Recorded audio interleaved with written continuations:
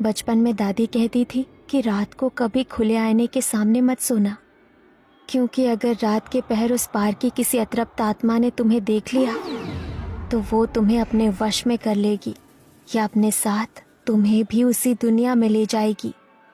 बचपन में तो मुझे दादी की ये बातें सुनकर बहुत डर लगता था, लेकिन जब बड़ी हुई तो उनकी हर बात में मुझे अंधविश्वास और बच्चों को बहलाने वाली कहानियों के सिवा और कुछ नजर नहीं आया। आज जब मैं अपने नए घर की शिफ्टिंग करते हुए अपने हस्बैंड से बात कर रही थी तो मुझे दादी की कही हुई ये बातें याद आ गई। शुभम, तुम्हें ऐसा नहीं लग रहा है इस घर में कुछ अधूरा सा है? अधूरा? क्या अधूरा? आईना। नया घर बनाया और उसमें आईना ही नहीं है। मुझे एक एंटिक मिरर लेना है। मैंने सुना है बंजारा मार्केट में काफी अच्छी एंटिक चीजें मिलती है। चलो ना, आज वही चलते हैं। ठीक है मैडम, जैसा आपका हुक्म। नीति शुभम के साथ बंजारा मार्केट गई। पूरे मार्केट में खूबसूरत एंटिक सामान की भरमार थी। नीति ने काफी सारी दुकानों पर कई सारे आईने देखे, लेकिन जैसा आईना उसे चाहिए था वो उसे कहीं भी नहीं मिल रहा था। उफ यार, मैंने तो सुना था यहाँ पर सब कुछ बहुत ही अच्छा मिलता है, लेकिन जैसा आईना मुझे चाहिए वैसा कहीं नहीं है। नीति ने तो इतना कहा ही था कि तभी एक बंजारन अचानक उसके सामने आकर खड़ी हो गई। आईना चाहिए ना छोरी तने? हमारे साथ चल, इतना सुंदर आईना है हमारे पास। तू देख लेगी ना तो तने देखते ही पसंद आ जाएगा। अरे सोच के रही है, चल। नीति और शुभम उस बंजारन के साथ उसकी दुकान पर आए, लेकिन वहां का माहौल कुछ अलग था। दुकान के अंदर बुझी बुझी रोशनी और अगरबत्ती की एक अजीब सी गंध थी। तुम्हें कुछ अजीब सा नहीं लग रहा है यहाँ पर? अरे अभी थोड़ी देर पहले अगरबत्ती जलाई थी तो उसी की वजह से ये धुआं हो गया है।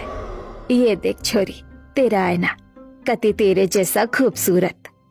आईना तो बहुत सुंदर है, मुझे बिल्कुल ऐसा ही आईना चाहिए था। मैं जानू हूँ छोरी, और यो आईना मैंने थारे लिए ही संभाल के रखा था। मेरे लिए ही संभाल के रखा था से आपका क्या मतलब है? मैं तो आपसे पहली बार मिली हूँ, आप तो मुझे जानती भी नहीं है। सब कुछ जानने के लिए मिलना जरूरी नहीं होता छोरी, और मेरे कहने का ये मतलब है कि मैंने यो आईना किसी ऐसी छोरी के लिए संभाल के रखा था जिसके परिवार में खुशी आने वाली हो।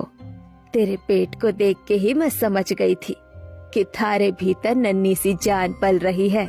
जब म्हारे को म्हारा बच्चा होने वाला था ना, तब म्हारी सास ने मने यो दिया था, और जब म्हारी बेटी को बालक होने वाला था तो मैंने यो उसे दिया था। पर वो बेचारी बच्चे को जन्म देने से पहले ही चल बसी। अब म्हारा तो इस दुनिया में कोई है ना, तो तू गर्व से है तो तू इसे ले जा। नहीं, मुझे नहीं चाहिए। चलो शुभम, आगे चलते हैं।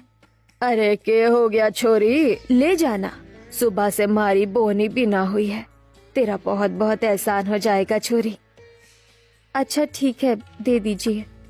नीति का आईना लेने का मन तो नहीं था, लेकिन उसने बंजारन का मन रखने के लिए वो आईना खरीद लिया। मगर उसका मन कुछ बेचैन सा हो गया। उसने बंजारा मार्केट से कुछ और शॉपिंग भी नहीं की और सीधी घर वापस आ गई। इतना बड़ा आईना मैं ऊपर कैसे लेकर जाऊंगा यार, कहीं टूट न जाए। नहीं, रहने दो, तुम इसे नीचे स्टोर रूम में रख दो, बाद में इसे ऊपर रख लेंगे। क्या यार, सुबह तो तुम हल्ला मचा रही थी कि ऊपर आईना नहीं है, और अब जब आ गया तो कह रही हो कि स्टोर रूम में रख दो। ठीक है, जैसी तुम्हारी मर्जी। शुभम ने आईने को नीचे स्टोर रूम में रख दिया। नीति शुभम के साथ फर्स्ट फ्लोर पर चली गई, लेकिन उसका ध्यान बार बार आईने की तरफ ही जा रहा था। उसके दिमाग में बंजारन की कही हुई बातें बार बार घूम रही थी। अरे क्या हुआ, कहाँ खो गई? तुम्हें उस बंजारन की बातें कुछ अजीब नहीं लगी शुभम? मतलब उसे कैसे पता लगा कि मैं प्रेग्नेंट हूँ? और उसकी बेटी की कहानी? अरे इसमें इतना सोचने वाली कोई बात नहीं नीति। अरे पुरानी औरतों को अक्सर देखकर ही सब पता लग जाता है।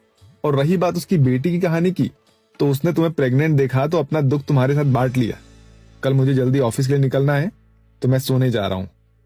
शुभम नीति को समझाकर सो गया, लेकिन नीति उन बातों को मानने को तैयार नहीं थी। जैसे तैसे करके देर रात उसे नींद आई सुबह सूरज की किरणें उसके चेहरे पर पड़ी तो उसकी आंखें खुली, लेकिन आंखें खुलते ही वो बुरी तरह डर गई। वो आईना ठीक उसके बिस्तर के सामने रखा था, लेकिन आईने के अंदर उसे किसी की परछाई दिखाई दी, जैसे किसी ने उसे आईने के अंदर से झांक कर देखा और फिर भागता हुआ कहीं गायब हो गया।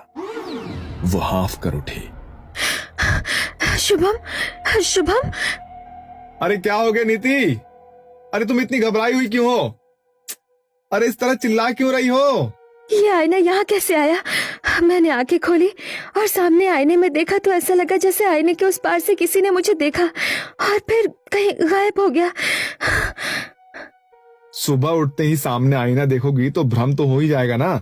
और ये आईना मैं इसलिए ऊपर लेकर आया हूँ क्योंकि नीचे स्टोर रूम में चूहों ने हड़कंप मचाया हुआ है। तुमने जो लैंप स्टोर में रखा था ना, वो तो उन्होंने तोड़ दिया। अब आईना ना तोड़ दे, इसलिए शंभू के साथ मिलकर मैं इसे ऊपर लेकर आ गया। और हाँ, अब तुम उठी गई हो तो मेरे लिए नाश्ता बना दो ना प्लीज। नीति ने शुभम के लिए नाश्ता बनाया। थोड़ी देर बाद शुभम ऑफिस के लिए निकल गया। नहा धोकर नीति घर के मंदिर में दिया जलाने गई, लेकिन लाख कोशिश करने के बाद भी वो दिया नहीं जला।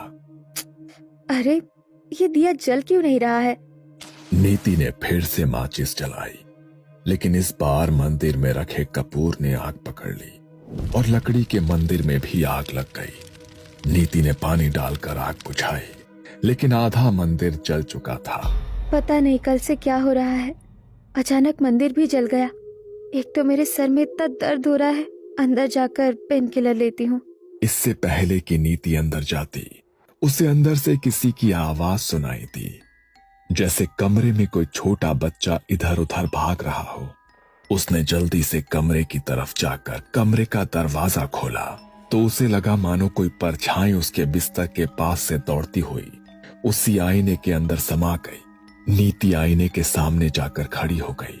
उसे डर लग रहा था, फिर भी उसने ध्यान से आईने की तरफ देखा। पता नहीं क्यों लग रहा है कि ये आईना कुछ कहना चाहता है।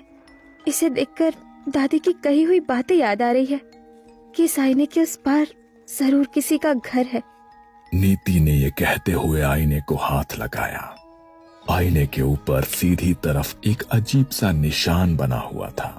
नीति का हाथ जैसे ही उस निशान पर लगा, नीति को एक जोरदार झटका लगा। नीति ने अपना सर पकड़ा और वापस बिस्तर पर जाकर लेट गई। उसकी प्रेगनेंसी का 3रा महीना चल रहा था। रात को उसके पास शुभम का कॉल आया। हेलो नीति, यार यहाँ पर बस वालों ने स्ट्राइक कर दी है और कोई कैब भी यहाँ पर आने को तैयार नहीं है।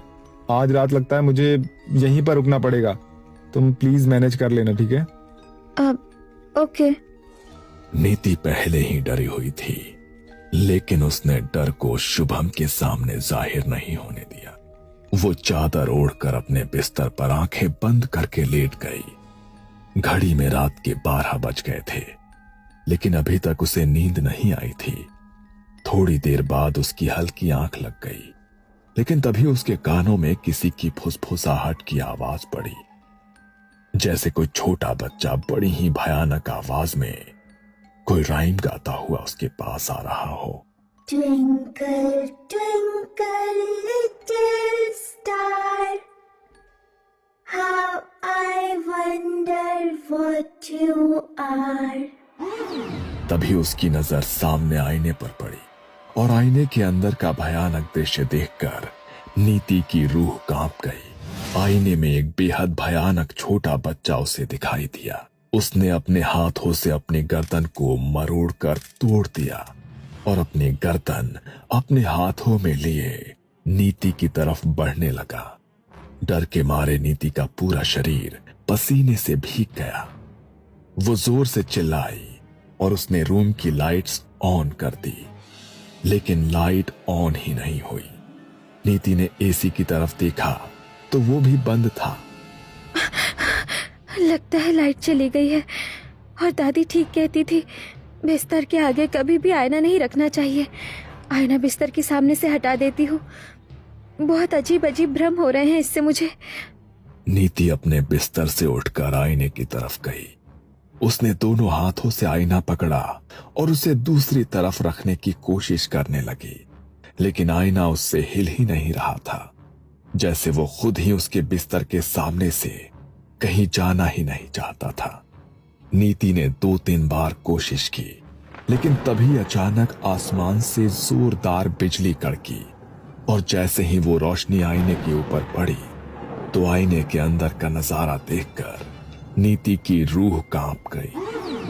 आईने में एक बुरी तरह जख्मी औरत दिखाई दे रही थी जो गर्भ से थी, जिसका चेहरा घूंघट से ढका हुआ था, और उसके साथ एक बच्चा जिसका पूरा शरीर जख्मों से छलनी हो चुका था और कपड़े खून से भरे हुए थे। लेकिन जब नीति ने ध्यान से देखा तो उस बच्चे का सिर नहीं था। उसने अपने सर को अपने हाथों में पकड़ा हुआ था, जो बेहद ही भयानक तरीके से मुस्कुरा रहा था। तभी दोबारा से बिजली कड़की और इस बार आईने पर रोशनी पड़ी तो आईने के भीतर